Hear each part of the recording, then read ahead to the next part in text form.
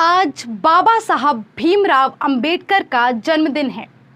बाबा साहब भारतीय इतिहास के एक ऐसे नायक हैं जिनकी प्रासंगिकता भारतीय जनजीवन और राजनीति में लगातार बनी हुई है। यही वजह है कि तमाम राजनीतिक दल उनकी विरासत पर अपने दावे करते हैं।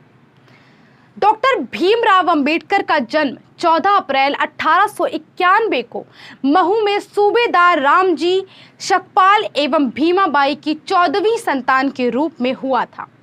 उनके व्यक्तित्व में स्मरण शक्ति की प्रखरता, बुद्धिमत्ता, ईमानदारी, सच्चाई, नियमितता, दृढ़ता, प्रचंड संग्रामी स्वभाव का मणिकांचन मेल था।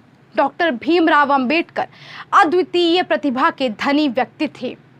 वे एक मनीषी, योद्धा, नायक, विद्वान, दार्शनिक, वैज्ञानिक, समाजसेवी और धैर्यवान व्यक्तित्व के धनी व्यक्ति थे।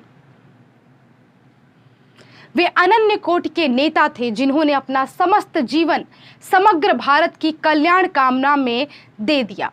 खासकर भारत के 80% दलित सामाजिक व आर्थिक तौर से अभिशप्त थे। उन्हें अभिशाप से मुक्ति दिलाना ही डॉक्टर अंबेडकर के जीवन का संकल्प था। सवाल ये है कि अंबेडकर जी ने आखिर दलितों के लिए इतना संघर्ष किया क्यों? मात्र इसलिए क्योंकि वे खुद एक दलित थे, या सच में दलितों की स्थिति इतनी दयनीय थी? आइए आपको उन्हीं दलितों की एक कहानी सुनाते हैं जिससे आप महसूस कर पाएं इस वर्ग का दर्द, उसकी बेबसी और दुश्वारियां। अदम गोंडवी द्वारा लिखी यह कविता आपको वाकई में सोचने पर मजबूर कर देगी कि दलितों की स्थिति और बाबा साहब के दलितों के लिए काम आखिर जरूरी थे या नहीं। कविता एक दलित युवती की कहानी है जिसे सवर्णों के अत्याचार का शिकार होने के बाद भी हमारा सामाजिक ढांचा न्याय नहीं दिला पाता। आइए एक कड़वे सच से रूबरू हूँ। इस कविता को आप महसूस करिएगा, उसकी दुश्वारियों को भी महसूस कर। इस कविता की एक एक पंक्तियों के साथ साथ वहाँ की हर हालात को आप महसूस करिएगा। इस कविता का नाम है मैं चमारों की गली तक ले चलूंगा आपको। आइए महसूस करिए जिंदगी के ताप को, मैं चमारों की गली तक ले चलूंगा आपको। जिस गली में भूखमरी की यातना से ऊबकर मर गई फुलिया बिचारी एक कुएं में डूबकर।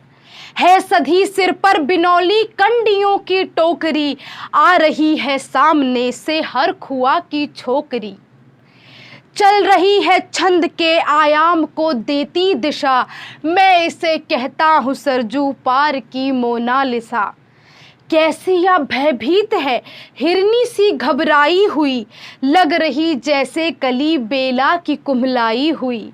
कल को यह वाचाल थी पर आज कैसी मौन है, जानते हो इसकी खामोशी का कारण कौन है?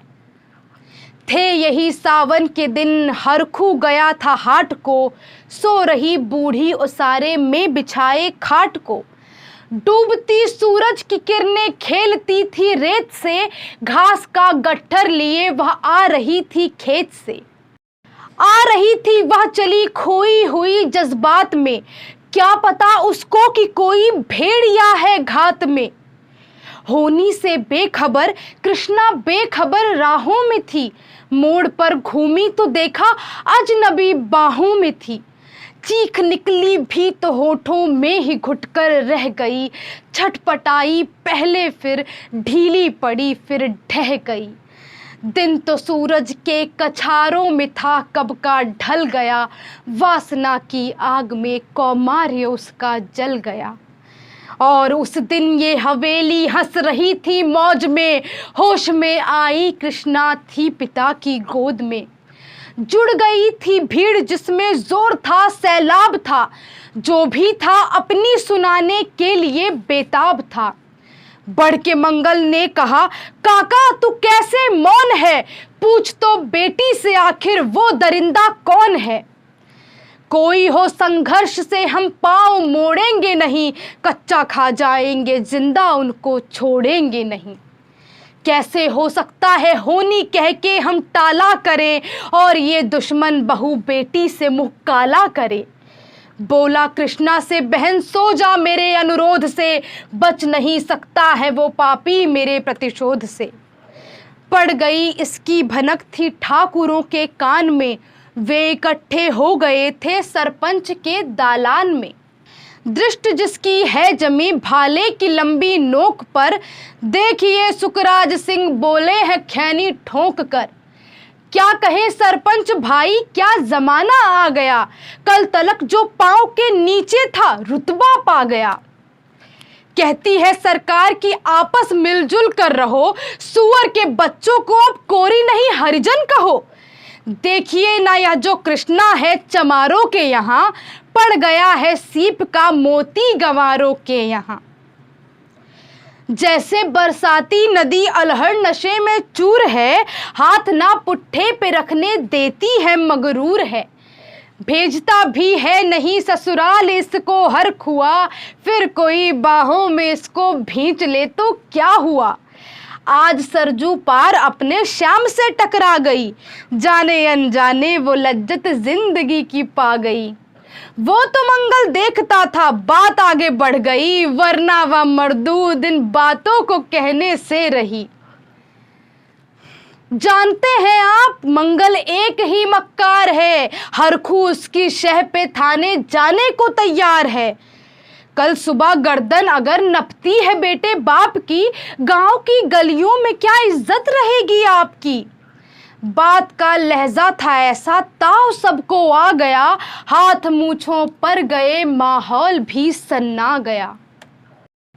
क्षणिक आवेश जिसमें हर युवा तैमूर था, हाँ मगर होनी को तो कुछ और ही मंजूर था। रात जो आया न अब तूफान वह पुरजोर था, भोर होते ही वहाँ का दृश्य बिल्कुल और था। सिर पे टोपी बेत की लाठी संभाले हाथ में, 1 दर्जन थे सिपाही ठाकुरों के साथ में। घेर कर बस्ती कहा हल्के के थानेदार ने, जिसका मंगल नाम हो वह व्यक्ति आए सामने। निकला मंगल झोपड़ी का पल्ला थोड़ा खोलकर, एक सिपाही ने तभी लाठी चलाई दौड़कर। गिर पड़ा मंगल तो माथा बूट से टकरा गया, सुन पड़ा फिर माल वो चोरी का तूने क्या किया। कैसी चोरी माल कैसा, उसने जैसे ही कहा एक लाठी फिर पड़ी, बस होश फिर जाता रहा। होश खोकर वह पड़ा था झोपड़ी के द्वार पर, ठाकुरों से फिर कहा दरोगा ने ललकार कर, मेरा मुंह क्या देखते हो, इसके मुंह में थूक दो, आग लाओ और इसकी झोपड़ी भी फूंक दो। और फिर प्रतिशोध की आंधी वहाँ चलने लगी, बेसहारा निर्बलों की झोपड़ी जलने लगी। दुधमुहा बच्चा व बूढ़ा जो वहाँ खेड़े में था, वह अभागा दीन हिंसक भीड़ के घेरे में था। घर को जलते देखकर वे होश को खोने लगे, कुछ तो मन ही मन मगर कुछ जोर से रोने लगे। कह दो इन कुत्तों के पिल्लों से कि इतराए नहीं, हुक्म जब तक मैं न दूं कोई कहीं जाए नहीं। यह दरोगा जी थे मुंह से शब्द झड़ते फूल से, आ रहे थे ठेलते लोगों को अपने रूल से। फिर दहाड़े इनको डंडों से सुधारा जाएगा, ठाकुरों से जो भी टकराया वो मारा जाएगा। एक सिपाही ने कहा साइकिल किधर को मोड़ दें, होश में आया नहीं मंगल कहो तो छोड़ दें। बोला थानेदार मुर्गे की तरह मत बांग दो, होश में आया नहीं तो लाठियों पर टांग लो। ये समझते हैं कि ठाकुर से उलझना खेल है, ऐसे पाजी का ठिकाना घर नहीं है जेल है। पूछते रहते हैं मुझसे लोग अक्सर यह सवाल, कैसा है कहिए न सरजू पार की कृष्णा का हाल। उनकी उत्सुकता की शहरी नग्नता के ज्वार को, सड़ रहे जनतंत्र के मक्कार पैरोकार को, धर्म संस्कृति और नैतिकता के ठेकेदार को, प्रांत के मंत्री गणों को और केंद्र की सरकार को मैं निमंत्रण दे रहा हूँ, आए मेरे गांव में, तट पे नदियों के घनी अमराइयों की छाँव में। गांव जिसमें आज पांचाली उघाड़ी जा रही, या अहिंसा की जहां पर नथ उतारी जा रही है, तरसते कितने ही मंगल लंगोटी के लिए, बेचती है जिस्म कितनी कृष्णा रोटी के लिए। इस बेहद मार्मिक कविता को सुनने के बाद शायद कुछ भी बयां करना ज़रूरी नहीं है। आप उच्च वर्ग और निम्न वर्ग की इस गहरी असमानता को बखूबी से समझ पा रहे होंगे। इसी के साथ आज बाबा अंबेडकर के जन्मदिन पर उनको याद करने की प्रासंगिकता इसी में है कि हम इस भारी असमानताओं वाले समाज में एक खूबसूरत समाज को जन्म दे सकें और इस भेद को मिटा सकें।